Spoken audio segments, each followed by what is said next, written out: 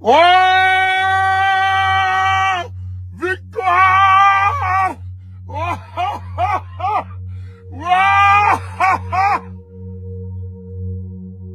mais juge bi joxe na victoire! Yeah! Gagné nañu! We won!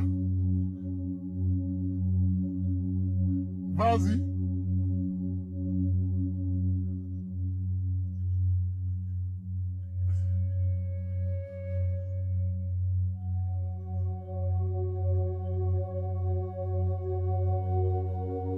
Oh!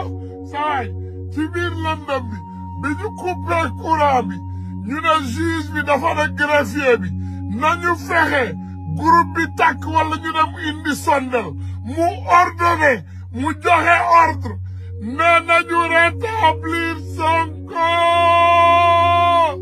dans les listes électorales. Victoire! Wow! Gatsa gatsa! Bravo! Waxoon nañ leen ko de waa ji waxoon nañ leen di la bokk waa ji waxoon nañ yes yes gat wax leen yes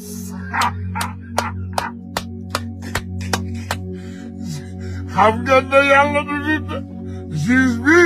mooy ndaanaan yàlla du nit yes voilà la victoire comme niñ leen koy waxee gars yi yéen a ngi ko dégg am nañu victoire am nañu ndam juge bi ordonné na nee na nañu jëlaat Sonko dugal ko ci liste électorale yi voilà comme ni ngeen koy déggee fépp bàyyi leen télé duulkat yi ak fenkat yi ak tappale yi ngeen dem wax ak seen xarit yi ci réseaux sociaux yi waxoon nañ leen ko di ngeen am information yi en temps réel très rapidement sànq rek bi may wax ak yéen ñu ngi couper courant au tribunal ba ñu ngi jéem a intimider juge bi on a eu les informations en temps réel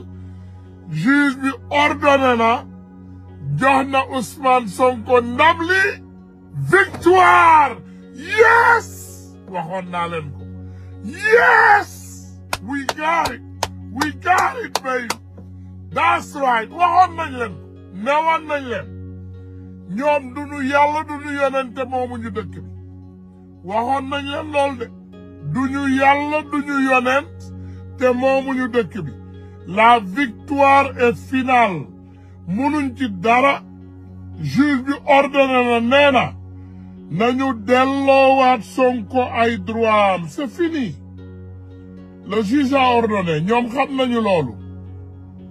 voilà annulé na radiation bi juge bi annulé na ko la radiation est annulée coupure de courant dañu couper courant bi tribunal Ziguinchor mi ngi nii loolu yëpp gis nga gars yi sax bind nañ ko mi ngi nii bind nañ ko radiation bi c'est annulé mi ngi nii Amadou Ba bind na ko voilà coupé nañu courant bi jéem a intimider juge bi wàññi sécurité juge bi mooy ndaanaan mu won leen ne yàlla rek a fi ne moom bu dee moom doom nga ak bàmmeelam la waxoon nañ leen ko seen tappale yeeg seen njuuj njaaj yi ñoom ñoo la gënoon xam ne du jàll ñoom ñoo la gënoon xam ne seen tappale yeeg seen njuuj njaaj yi du jàll la victoire finale est proche gis nga pro mi ngi ci liste électorale yi wax nañ leen ko buñ ko ci dégaatee ngeen jël seeni fiche parrainage dem tas ko ci biir dëkk bi waxuma le premier tour waaye genn wàllu premier tour la ñuy gagné newuma le premier tour de mais incha allahu rabbi élection buñ ko tëggee 6 heures du matin balaa 10 heures du matin mu leer ñoom xam nañu loolu ils le savent dama ne gatsa rek maintien le président Ousmane Sonko est rétabli dans les listes électorales juge bi annulé na seen tappale yi seen njuuj njaaj yi aline la ko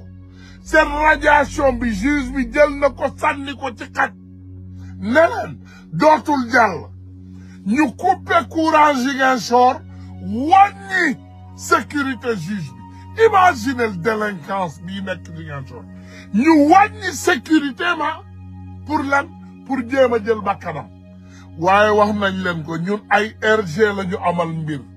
on est avec les renseignements généraux ils nous renseignent en temps réel wax nañ leen ko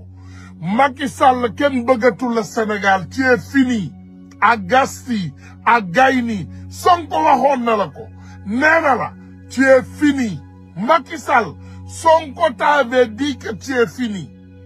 yéen man ngeen jël nit naka ngeen di jëlee nit di ko raje ci ay fen du loolu ngeen defoon Sonko est établi dans les listes électorales du Sénégal juge bi ordonné na ñu delloo Ousmane Sonko ci liste électorale yi benn doomu aadama manul xañ loolu benn doomu aadama manul tere Ousmane Sonko doon candidat benn doomu aadama manul doon tere Ousmane Sonko doon président dama ne le président Ousmane Sonko est rétabli dans les listes électorales la décision le juge a donné la décision il a ordonné le juge annule la radiation de Sonko coupure de courant Ziguinchor waxoon nañ leen ko dañoo couper courant bi jéem a intimider juge bi wàññi sécurité am waaye juge bi delluwul ginnaaw mu jël décision ferme et c'est fini kenn mënu ci dara ils ont fini ñoom xam nañu ne pare nañu ils savent qu'ils ont fini ñoom xam nañu ne jeex na pour ñoom jeexal nañu takk day know day daan ñoom Macky Sall moo la waroon gën a xam ne yàlla du nangu banditisme bi Sénégalais yi maintien bu jéemee def leneen lu dul naka si noonu nañu dem pale ñu génnee ndeyam wax naa leen ko Macky Sall bu jéemee leneen na Sénégalais yi ma république parce que dëgg rek la ñu waxoon ñun dëgg rek la ñu wax macha allah juge bi de fay la sant waaye du fay bala de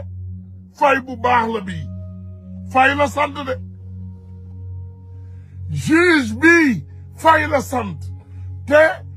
il a honoré